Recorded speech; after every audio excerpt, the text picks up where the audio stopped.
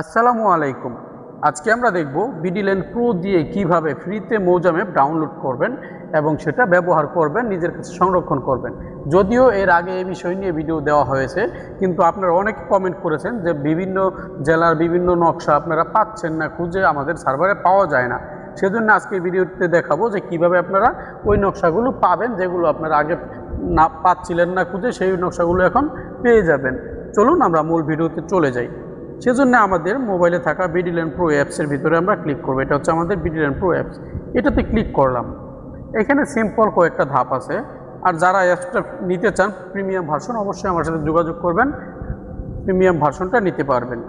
আমাদের স্ক্রিনে দেওয়া নাম্বারে যোগাযোগ করতে পারেন। এখান থেকে আমরা আসার পরে এরকম ইন্টারফেস চলে আসবে। এখান থেকে আমরা খুঁজে বের করব। এই দেখেন এখানে কয় নাম্বারে আছে আমি নাম্বারটা বলে দিই। 1 নাম্বার, 2 নাম্বার, 3, 4, 5। এই যে এখানে এই যে 5 নাম্বার, এটা হচ্ছে আমাদের ম্যাপের যেই টুলস। এটা লেখা আছে কি, সারা দেশের সকল মৌজা ম্যাপ।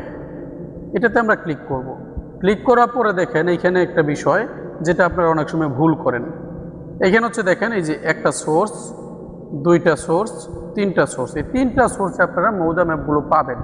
এখন আপনারা অনেক সময় একটা সোর্সে খুঁজে না পেয়ে মনে করেন যে এই ম্যাপটা আমাদের সার্ভারে নাই। আচ্ছা, আমরা 1 নাম্বার সোর্সে ক্লিক করি। এটা হচ্ছে আমাদের 1 নাম্বার সোর্স। 1 নাম্বার সোর্সে আমরা ক্লিক করি।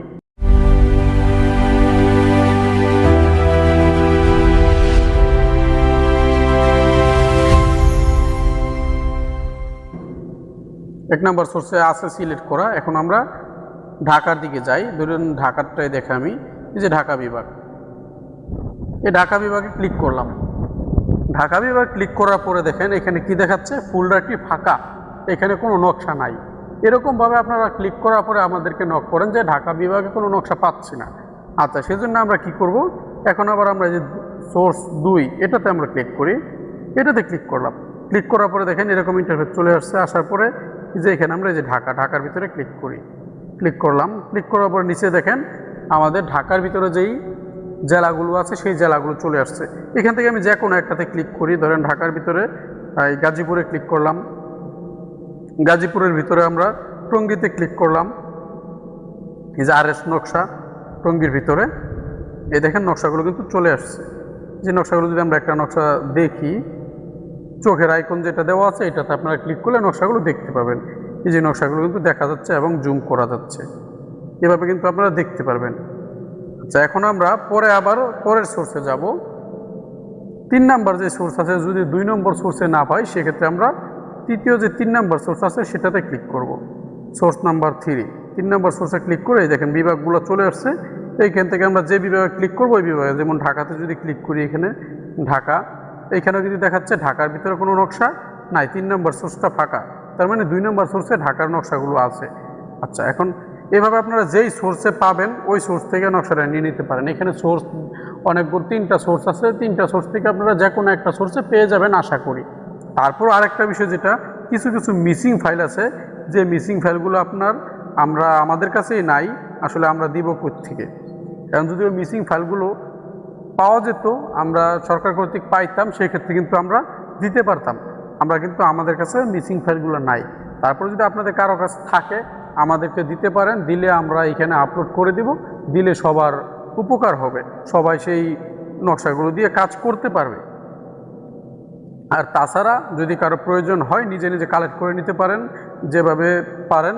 তবে একটা প্রক্রিয়া আছে, সহজ প্রক্রিয়া, সেটা হচ্ছে ওই 7 রাস্তা, বাংলাদেশের যে ভূমি অফিস আছে মেন নকশার, সেইখান থেকে তেজগাঁও 7 রাস্তা, সেইখান থেকে আপনারা কালেক্ট করে নিতে পারেন। সেইখানে সকল নকশা পাওয়া যাবে, কিন্তু যদিও একটু ফি বেশি পড়ে, কিন্তু ওইখানে পেয়ে যাবেন সরকারিভাবে সকল নকশা। আর তাছাড়া আমাদের এখানে যে নকশাগুলো পাবেন এগুলো আপনারা সব নকশাগুলো ডাউনলোড করে কাজ করতে পারবেন। স্কেলগুলো 100% ঠিক থাকবে। তারপর যদি ইনকেসলি কোনো নকশা স্কেল ঠিক না থাকে, সেক্ষেত্রে আমাদের চ্যানেলে টিউটোরিয়াল দেওয়া আছে যে কীভাবে ওই নকশাটাকে আবার ঠিক স্কেলে নিয়ে সঠিক করে কাজ করবেন। আশা করি আপনারা বুঝতে পেরেছেন। তারপরেও কারো কোনো বুঝতে প্রবলেম হলে অবশ্যই আমাদের স্ক্রিনে দেওয়া নাম্বারে হোয়াটসঅ্যাপে যোগাযোগ করবেন। আপনাদেরকে যথাসম্ভব সাহায্য করার চেষ্টা করা হবে আপনাদের সমস্যা সমাধানের লক্ষ্যে। আর ভালো থাকবেন। যারা চ্যানেলটি সাবস্ক্রাইব করেছেন সবাইকে অসংখ্য ধন্যবাদ। যারা সাবস্ক্রাইব করেননি অবশ্যই সাবস্ক্রাইব করে দিবেন পরবর্তীতে নতুন টেকনিক্যাল ভিডিওগুলি পাওয়ার জন্য। ভালো থাকবেন সবাই। আল্লাহ হাফেজ। আসসালামু আলাইকুম।